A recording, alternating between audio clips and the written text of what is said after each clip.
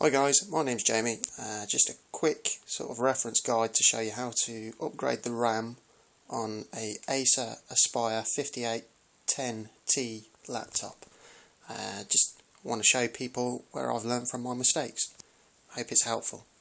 Okay, so we have the laptop here. As you can see, Acer Aspire 5810T. Now, what I literally did was closed it. Turn the laptop over. First thing you should do is, sorry about the poor show here, but just literally pop the battery out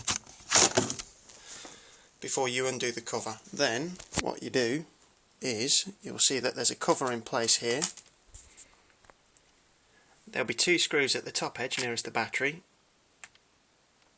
They do come out completely, and I've put them to one side here. Then there's four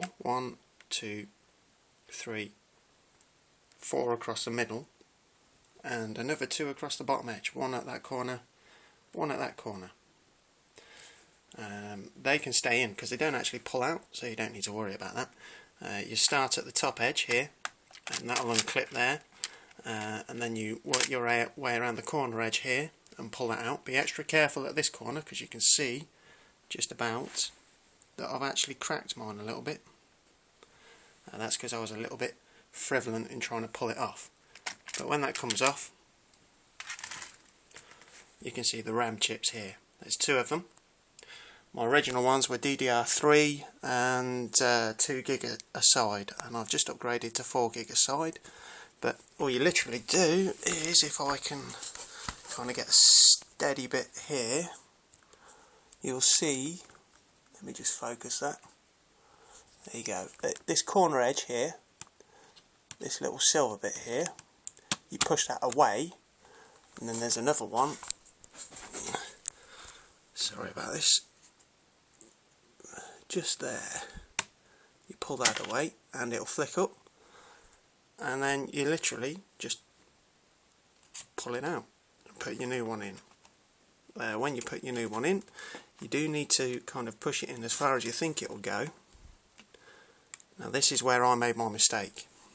Once I put my new one in, I literally just gently slid it in and pushed it down. Now unfortunately, when I put it all back together again, the hard drive booted up but the screen didn't come on. What you need to do is you just need to give it a good firm push, because I found out that it was because these weren't inserted correctly.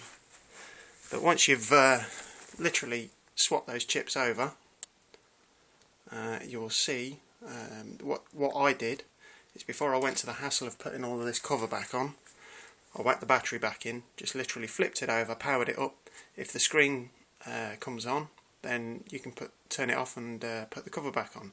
If the screen didn't come on, just literally give these two chips a bit more of a forceful push, obviously not too forceful, inwards towards each other so that they're properly seated. Hope this helps.